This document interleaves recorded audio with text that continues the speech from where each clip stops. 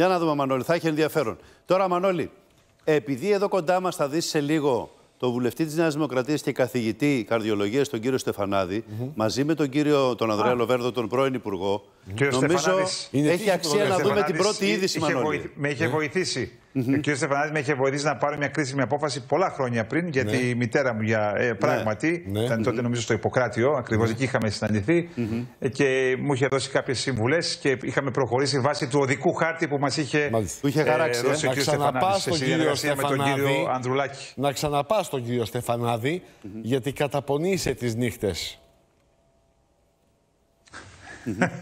Εγώ καταπονούμε τις ημέρες με τη δουλειά. Πίστεψέ με. Ο γιατρός θα πει, ο καθηγητής θα πει. Ο καθηγητής θα πει. Βεβαίως. Αυτά που κάνεις. Πάμε ρε παιδιά να δούμε αυτή την εικόνα τώρα, γιατί συζητάμε για αυτό το σοκαριστικό περιστατικό μέσα στο τουρκικό κοινοβούλιο, Μανώλη. Για πάμε να το δούμε. Bulamayacaksınız. Hepinizi saygıyla selamlıyorum.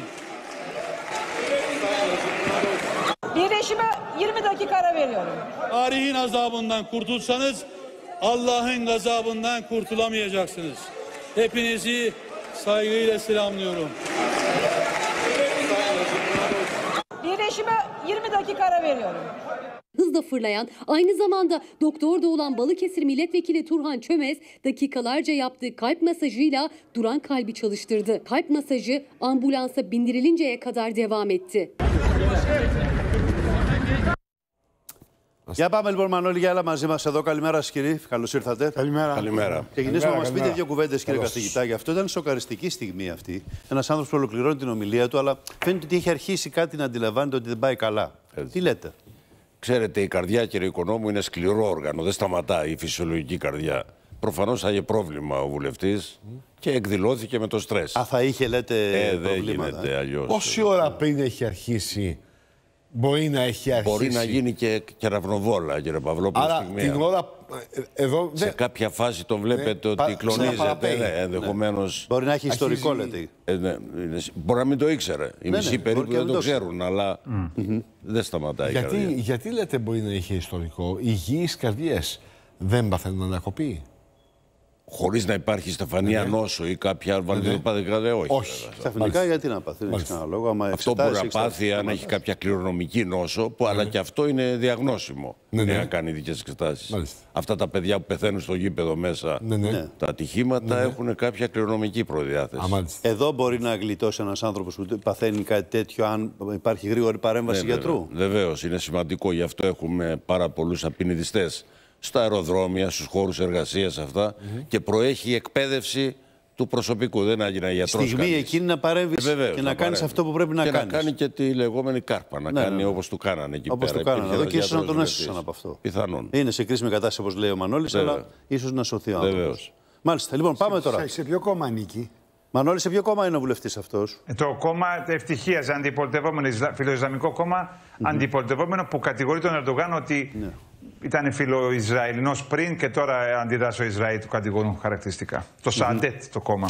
Κόμμα Ευτυχίας. Αυτό ήταν τώρα. Είναι και μια στιγμή απίστευτη, γιατί έλεγε ο ίδιος να σας βρει οργή του Θεού κτλ. Και μετά του λένε εσύ, σένα σε βρήκε η οργή του Θεού. Μόλις έπεφτε, ήταν λίγο σοκαριστικό και αυτό. Αλλά τέλος πάντων, κάποιοι προφανώς δεν ήξεραν τι έγινε. Νόμιζαν ότι έπεσε έτσι κι αλλιώς. Λοιπόν, για πάμε τώρα, κύριε Λοβέρδο, και στα αμιγώς πολιτικά και στα δικά μας, τα ελληνοτουρκικά, γιατί εδώ βλέπουμε να επιμένουν σε μια σκληρή γραμμή οι Τούρκοι. Και σε αυτό που είπε ο Τσελίκ πριν, για απευθείας συνομιλίες οι δυο μας. Υπάρχει μια προοπτική για την Ελλάδα να μπει σε τέτοια συζήτηση? Σε καμία περίπτωση, σε ό,τι αφορά την επίλυση του βασικού θέματος που έχουμε με τους Τούρκους. Εμείς έχουμε υπογράψει, κυρώσει, αναγνωρίσει με κάθε τρόπο το δίκαιο της θάλασσας. Έχουμε επιλέξει δικαστήριο, το δικαστήριο της Χάγης, αντί του δικαστηρίου του Αμβούργου, αλλά είμαστε ανοιχτοί και για οποιαδήποτε άλλη επιλογή διεθνούς δικαστηρίου. Δηλαδή και στο Αμβούργο, αν θέλουν οι Τούρκοι να πάμε, δεν έχουμε διαφωνία. Isabel? Isabel? She's missing. Isabel! Hi, Isabel. Isabel.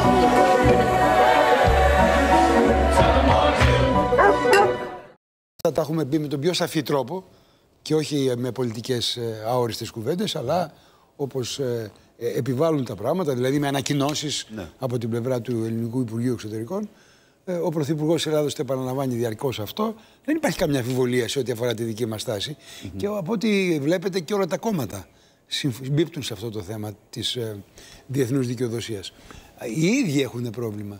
Και αυτό το απευθεία συνομιλία με τη λογική ότι όταν θα κάνουμε απευθεία διμερείς συνομιλίες, εμείς θα βάλουμε και τα υπόλοιπα θέματα που η Ελλάδα δεν γνωρίζει στο τραπέζι, περιπλέκει την κατάσταση. Και να τα βρούμε, σου λέει win-win. Και δεν οδηγεί πουθενά. Που κερδίζεις, κερδίζω. Θέλω να κάνω μια παρατήρηση με βάση αυτό το ατυχές γεγονός που είδαμε πριν. Είδατε ότι μας εξήγησε τώρα ο Γιώργος Κωστίδης σε ποιο κόμμα ανήκει ο συγκεκριμένος βουλευτής. Είδατε, οι πολιτικές του Ερντογάν έχουν στο εσωτερικό της χώρας του και αντιρρήσεις. Και δεν είναι μόνο οι αντιρρήσεις που έχουν προκύψει από το καζάν-καζάν με την Ελλάδα, το win-win που λέμε, αλλά είναι και για τα υπόλοιπα θέματα. Δηλαδή δεν μπορεί, ας πούμε, να τα βάζεις με το Ισραήλ, μετά να κομίζεις κλάδο ελαία στο Ισραήλ και μετά να ξαναταβάζεις με το Ισραήλ και να μην παράγεται κάποια πολιτική αντιπαράθεση. Το βέβαιο όμως είναι ότι όλες αυτές οι αντιπαραθέσεις είναι ελάσσονες. Στην Τουρκία κουμάντο κάνει ο Ερντογάν. Έτσι, και αυτό πρέπει να είναι πεντακάθαρο. Το μικρότερο μέχρι το μεγαλύτερο. Ακριβώς. Τον είδαμε παρενέβη στο γήπεδο, τον είδατε. Ο ίδιος. Ο ίδιος μίλησε με τον διαιτητή. Ο Υπουργός Αθλητισμού ή ο πρόεδρος της ΕΠΟ του έδωσε το τηλέφωνο να μιλήσει με τον. Υπουργός Εσωτερικών. Εσωτερικών ήταν. Όμως αυτές οι αντιδράσεις. Μίλησε ο διαιτητής, ο τραυματίας διαιτητής με τον πρόεδρο της τουρκικής. Παρεμβαίνει στα πάντα. Σε όλα. Να συζητήσουμε. Αυτό είναι το πλεονέκτημα του. Αυτό είναι το πουλάει. Έχει αξία μετά να συζητήσουμε και γιατί επιμένουν τα μέσα ενημέρωσης στην Τουρκία να εστιάζουν στην αρνητική ατζέντα, σαν να μην μεσολάβησε η συνάντηση της Αθήνας. Good news, no news, δεν λέμε. Αυτό ισχύει και στην Τουρκία. Προφανώς. Το πουλάνε. Ό,τι πουλάει. Αλλά στο τελικό εκλογικό παιχνίδι. Πουλάει στους Τούρκους πολίτες ο πόλεμος. Για να το κάνουν, τα μέσα ενημέρωση, εσείς είστε επαγγελματίες, τα ξέρετε. Πουλάει κανονικά. Κάτι πουλάει. Το αρνητικό πουλάει. Εγώ δεν ξέρω τι τηλεθέσεις έχουν αυτές οι εκπομπές. Αλλά για να υπάρχουν. Πρώτα απ' όλα το έχει πουλήσει ο ίδιος ο Ερντογάν αυτό. Οι ίδιοι λένε εσύ τώρα από αυτά που μας έλεγες πώς υποχωρείς. Ο Ερντογάν τα έλεγε αυτά, δεν τα λένε τα μέσα. Επειδή τα έλεγε ο Ερντογάν και κάνει οβιδιακές μεταβολές στην πολιτική του. Δεν τις εμπιστεύεται αυτές τις πολιτικές κανείς. Και εμείς στην Ελλάδα, είδατε, που ήμασταν θετικοί απέναντι στην εξέλιξη, την προτιμούμε από το 2020 με τα καράβια, ας πούμε, στη θάλασσα των δύο πλευρών. Ωστόσο, πάντα έχουμε επιφυλάξει και λέμε. Μήπως και αυτά. Μπορεί αύριο να αλλάξει, δεν λέμε και εμείς αυτό. Είπαμε εμείς ότι παρετούμαστε από τους εξοπλισμούς μας. Δεν το είπαμε. Σε καμία περίπτωση. Να το δούμε αυτό το απόσπασμα. Είπαμε ότι παρετούμαστε από τις θέσεις μας. Σε καμία περίπτωση. Σε καμία περίπτωση. Άρα αυτή την επιφύλαξη απέναντι στον Ερντογάν την έχουμε όλοι. Έτσι. Έλα, Μανώλη. Ήθελα να πω ότι αυτό είναι το ζήτημα, το μεγάλο ερώτημα με την Τουρκία. Διότι πριν από 2 μήνες, αυτό που λέει ο κ. Λοβέρδος, πριν από 2 μήνες η Τουρκία μιλούσε για κατασκευή αγωγού με το Ισραήλ. Και παράλληλα στην επίσκεψη του Ερντογάν στο Ισραήλ. Πριν από 10 χρόνια ο Τούρκος πρόεδρος πάλι είχε φτάσει στα όρια με το Ισραήλ, πριν από 13 χρόνια, με το πλοίο Μαβί Μαρμαρά. Μετά Παγωμάρα, μετά βελτίωση σχέσεων, τώρα στο Ναδύρ πάλι σχέσεις. Άρα και αυτές οι μεγάλες αλλαγές προκαλούν αντιδράσεις. Όπως και με τη γαλάζια πατρίδα. Δηλαδή, ξαφνικά εμφανίστηκε η γαλάζια πατρίδα, το τουρκολιβικό μνημόνιο, τα νησιά τα οποία είναι υπό αμφισβήτηση η κυριαρχία τους, τα σαρδικοπημένα νησιά, όλες αυτές οι θεωρίες γέμισαν την τουρκική κοινή γνώμη και τώρα αρχίζει η θεωρία του καζάν-καζάν. Δηλαδή, γι' αυτό και λένε μήπως ξεκινά μια υποχώρηση της Τουρκίας, γι' αυτό και λένε ότι οι Έλληνες των 10 εκατομμυρίων κατοίκων, η Ελλάδα. Αρχίζει και. Αυτό δεν το λέμε εμείς, το λέγανε οι αναλυτές. Να το δούμε αυτό, Μανώλη, το κομμάτι. Η αντιπολίτευση. Και να το σχολιάσει ο κ. Στεφανάδης μετά. Για έλατε. Geri adım yok. En ufak bir edilgenlik yok. Bunu anlıyorum. Bunu da anlamak istiyorum zaten. Bu Türkiye'nin geleceğine vurulabilecek en büyük kötülük olur. Buradan atılacak bir geri adım. Çünkü sonucunu ve etkisini gördük. Bizim şimdi Mavi Vatan sınırlılığımız bütün denizlerimizi içine alan vatan toprağımızın aslında ayrılmaz parçası olan deniz alanlarındaki bir karış toprağımız neyse bir damla suyumuz odur. Buradaki zenginliklerimize sahip çıkmak istiyoruz. Kimsenin de hakkını hukukunu zedelemeden yapmak istiyoruz. Bu kadar açık. Defalarca çağrı yapıldı Doğu Akdeniz konusunda. Sayın Cumhurbaşkanı'nın bu çağrılarını hatırlayın. Şimdi siz bu adaların her birinin ayrı bir kıta sahanlığı olduğunu iddia ederseniz bu hiçbir şeye sığmayacağı çok açık. Başka başlıklarımız bir de tabii 6 mili. Βλέπετε, κύριε Στεφανάδη, κύριε καθηγητά, εδώ οι Τούρκοι αναφέρονται σε αυτό το φόβο που λέει ο Μανώλης, ότι φοβούνται μήπως η Ελλάδα επεκτείνει ξαφνικά τα χωρικά της ύδατα. Σου λέει το έκανε στο Ιόνιο, μπορεί να το κάνει και εδώ. Μπορεί να το κάνει στην Κρήτη, μπορεί να το κάνει στο Αιγαίο. Στη Σάμο, ναι. Κύριε Οικονόμου, αυτές οι οβιδιακές μεταβολές, όπως είπε ο καθηγητής ο κύριος Λοβέρδος, μας έχουν εκπλήξει, αλλά πίσω από αυτά εγώ πιστεύω ότι είναι η ανασφάλεια της Τουρκίας που προσπαθεί να ισορροπήσει σε μία Δύση που την έχει υπό παρακολούθηση και υπό απομόνωση και στο γεγονός ότι θέλει να παίξει ηγετικό ρόλο στον μουσουλμανικό κόσμο. Η Τουρκία αυτές οι μεταβολές στην πολιτική, στην εκφορά λόγου είναι πρωτόγνωρες για τον αιώνα μας. Στη διπλωματία. Δηλαδή, αυτή μία να λέει Μητσοτάκης Γιώκ και αυτήν άλλη φίλε Κυριάκο ή να βρίζει χυδαία τον Ολάν, τον Μακρόν ή τον Νετανιάχου και το καθεξής. Και μετά να υποστρέφει. Αλλά σε κάθε περίπτωση αυτό με η συζήτηση και η συμφωνία είναι κάτι σημαντικό εκ του αποτελέσματος. Πρέπει να το ομολογήσουμε αυτό, να το πούμε, να το καταγράψουμε. Η Βίζα πόσο σημαντικό είναι? Τι είπατε? Είναι πολύ. Ναι. Αυτή τη στιγμή σε θέματα χαμηλής πολιτικής έχουμε επιτύχει πολλά. Η Βίζα, στον τουρισμό, στην παιδεία, στο εμπόριο. Βέβαια τα μεγάλα θέματα παραμένουν. Η ελληνική κυβέρνηση είναι αμετακίνητη, το δήλωσε ο Πρωθυπουργός κατ' επανάληψη και είναι εθνική γραμμή. Αυτή τη στιγμή βέβαια οι συζητήσεις με τους Τούρκους είναι σε μια κατάσταση που πρέπει να μας κάνει επιφυλακτικούς.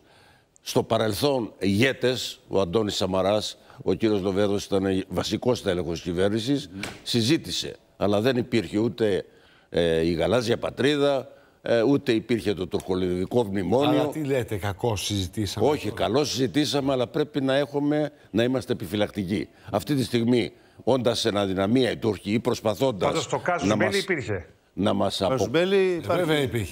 αποκόψουν. Φαρδί πλατή υπήρχε, Μανώλη μου. Φαρδί πλατή. Έτσι. Προσπαθούν να μας απομονώσουν από τους συμμάχους, οι οποίοι αυτή τη στιγμή το κύρος της χώρας, ο Πρωθυπουργός, η κυβέρνηση, η Ελλάδα, έχει ένα τεράστιο διεθνές κύρος, που δεν το έχει ο Ερντογάν. Σε αυτή τη φάση, με το πρόσχημα της απευθείας συζήτησης και της αποκοπής της χώρας από το διεθνές περιβάλλον, νομίζω προσπαθεί να επιτύχει αυτό το καζάν-καζάν, το win-win. Αλλά τι σημαίνει win-win? Να φύγει η Ελλάδα από το Αιγαίο, να αφήσει τα νησιά χωρίς οχύρωση, να αφήσει τη Σάμο που είναι 1200 μέτρα από την Τουρκία και με τη στρατιά του Αιγαίου απέναντι να απειλεί χωρίς όπλα. Αυτά δεν γίνονται. Πιστεύω ότι η Ελλάδα, κύριε Λοβέρδο, θα επιχειρήσει να κάνει επέκταση των χωρικών υδάτων. Αυτό δηλαδή που φοβάται η Τουρκία, μπορεί η Ελλάδα να το κάνει. Το δικαίωμά μας είναι δικαίωμά μας, αλλά μπορούμε να το ασκήσουμε. Είναι δικαίωμά μας. Ναι. Είναι δικαίωμά μας. Η συζήτηση γι' αυτό ή είναι οργανωμένη από την πλευρά της χώρας μας ή στρέφεται εναντίον μας. Ναι. Δηλαδή κάθε φλιαρία γύρω από αυτό, πολιτικολογία του καφενείου με δημόσιο χαρακτήρα δεν μας κάνει. Δεν χρειάζεται. Δεν χρειάζεται. Θα ήταν λάθος.